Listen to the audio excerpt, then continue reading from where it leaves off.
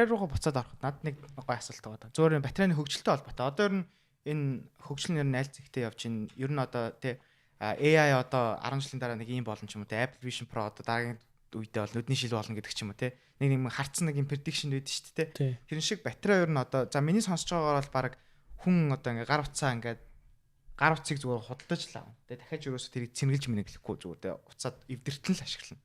Тэгээ баг батарейг хэдэн 100 жилийн настай батарей ч юм уу те ингээд дараг хэрэглэхэд асуудалгүй гэдэг ч юм уу те. Ер нь батарейны хөгжил нь одоо яг хаашаа явж байна? Аль улс илүү урд талхаад байна те. Бид нар тэгээд одоо хаанаас ер нь зүгээр энэ чиглэлийн мэдээллүүдийг ер нь бол харж ивэл зүгээр вэ. Тэгвэл наас бол аймаг гой асуулт нь. Яг тэгэхээр одоо технологийн цахилгаан машин тэгэл ерөөдөө юу батарейн эрчим хүчтэй холбоотой компани бүгдээр л батарей хийж байгаа.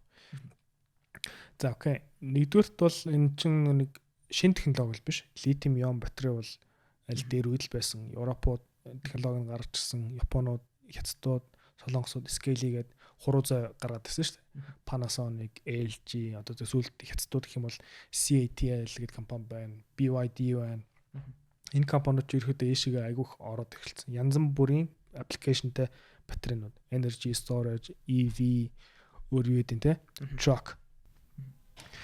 Литиум ион нь яг одоо бидний өмнө ашиглаж ирсэн нөгөө нэг одоо зайгаа одоо нэг юм зайгаа хазч мацдаг шүү дээ тий. Бид нар чи тий зүгээр литиум ион ч юм уу тий одоо эсвэл гараад ирсэн батарейнууд нь яг бид нар өмнө ер нь юу ашигладаг байсан юм? Одоо ер нь тэр литиум ион одоо литиум ион л ашиглаж байгаа тий. Литиум ион дотор тэгээд хамгийн гол нь аппликейшнээс юу яагаад шалтгаалаад янз бүрийн төрлийн өөр бодис нэмж оруулдаг. За одоо юу гэдэг чинь за цахилгаан машин дээр ихэд ч одоо хамгийн стандарт range гэдэг нэг цахилгаан машин аа тий. Хэрвээ хоттой нэг 50-60 км-д ажил ингээд тойрдог машин сонгож байгаа юм чамд хамгийн energy density буюу 1 кг хурааж болох эрчим хүчээр хамгийн бага одоо литиум ион. За хэрвээ чи илүү хүчтэй, илүү хол займд явах юм бол чамд дээр дахиад өөр арай эрчим хүчний юутай 1 кг эрчим хүчний хэмжээгээр өндөр батарейнууд. Тэгэхээр ерөөдөө нөгөө суурна литиум ион. Ерөөд ийм ахгүй нөгөө батарей чин хоёр юутай, хоёр одоо ингэ задлаад үсэх юм бол ингэ хоёр туйлтай, нэг нь анод, катод. Тэгээд ерөөдөө литиум iron phosphate нь бол одоогийн байдлаар айгүйх ашиглагддаг. Хамгийн хямдхан. Тэгээд аюулгүй байдлаас ч гэсэн. Тэгээд дээшгээ чиний нэг хэрэг одоо чиний чам тавьж байгаа, чи өөрөө тавьж байгаа нэг requirement чинь бүгдээрээ ингээд өөр болох тусам одоо юу гэдэг чинь би илүү хурцтай мотортой, илүү хурдан эрчим хүчээ авдаг тийм батарей юм бол литиум, кобальт ч юм уу тиймэрхүү бодисууд нь ингээд нэмээ орчдөг байхгүй. Тэгээд ингээд юутай өөртөө гэсэн характеристиктэй. Тэгээ одоо эдгээр тоглоод байгаа одоо тэр нэг дүрм юу вэ гэхээр чинь яаж 1 кг эрчим хүчнийхэн хэмжээгээ ихсэх вэ? Energy density яаж ихсэх вэ? Тэр нь одоогийн байдлаар литиум ион чинь шингэн батарей шүү дээ. Дотор нь анод, катод гэдэг дунд нь электролит гэдэг юм шингэн явждаг. Тий. Тэгээ чиний хазаад байдаг амрууч ороод тийм электролит. Тэгээд дараа нь нэг solid state батарейнууд энэ айгүйх лабораторийн төвшөнд ирж байгаа юм байна. Тэрэн дээр ажиллаж байгаа компаниуд би нэг сайн хараагүй яагаад гэхээр тэр чинь нэг юу амлалт өгөөд бас айгүйх удаж байгаа. Яг юм гарч ирэхгүй байгаа байхгүй. Тийм байна. Тэгээд одоо тэр нэг 100 жил ашиглан гэдэг байгаа шүү дээ. Бараг уцаа ингээд. Тэр нь болохоор яг юу нэг би тиймэрхүү юм даа нэг итгэдэг юм. 100 жил тэр нэг яг арай нэг жоохон нэг юутай маркетинг илүү явцсан байгаа юм шиг санагдаад тий.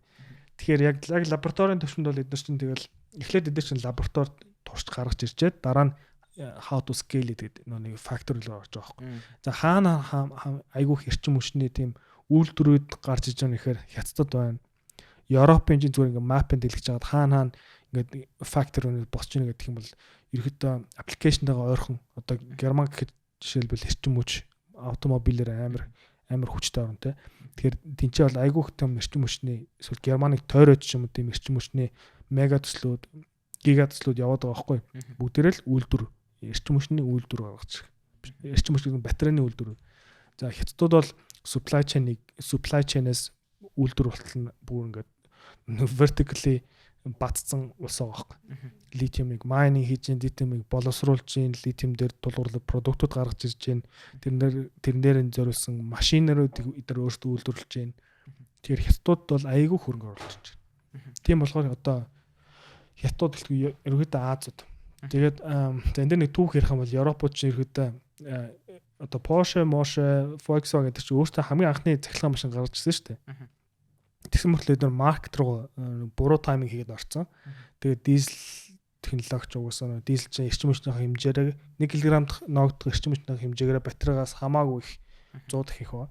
Тэгэхээр тэд нартэй яаж дор одоо өршөлтийн тулд батарейных нэг research гэсэн айгүй хүчтэй инвестмент аваад байгаа байхгүй. Тэгэхээр одоо тэр Porsche одоо бензин тэрийг гаргаж байгаа тэр цахилгаан машин бенз гаргаж байгаа хөх мэдэхгүй л. Гэтэ зүгээр тэдний гаргаж байгаа цахилгаан машинууд тэгээ Tesla яг тэдрээсээ яг юугаараа өөр байгаад байгаа болохоор Tesla-г бүр яг ингээд алаад байгаа. Зүгээр маркетаа зүг орцсон болол зүгээр тэгээд байгаа юм уу? Эсвэл яагаад хүмүүс одоо цахилгаан машин гэж шууд Tesla-г боддог болсон ба. Юу Tesla тийм амар тэ цахилгаан машин дээр амар тийм powerful болгоод байна. Яг Tesla ч одоо маркет руу орж ирээд 15 жил болж байна.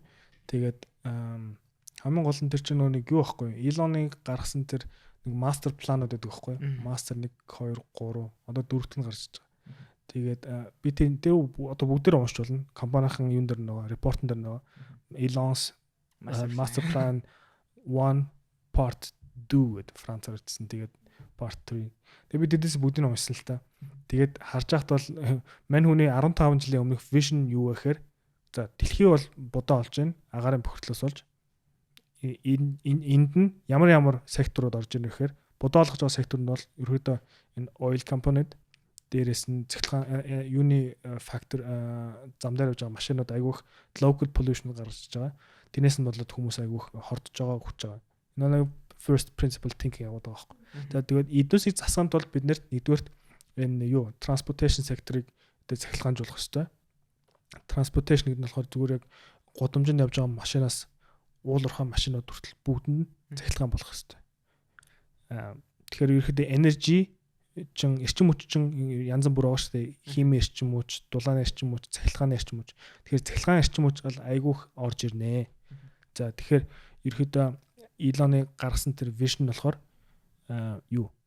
Бид нэр цахилгаан машиныг хүн болгон авч чадах хэмжээний хямдхан машин үйлдвэрлэнэ.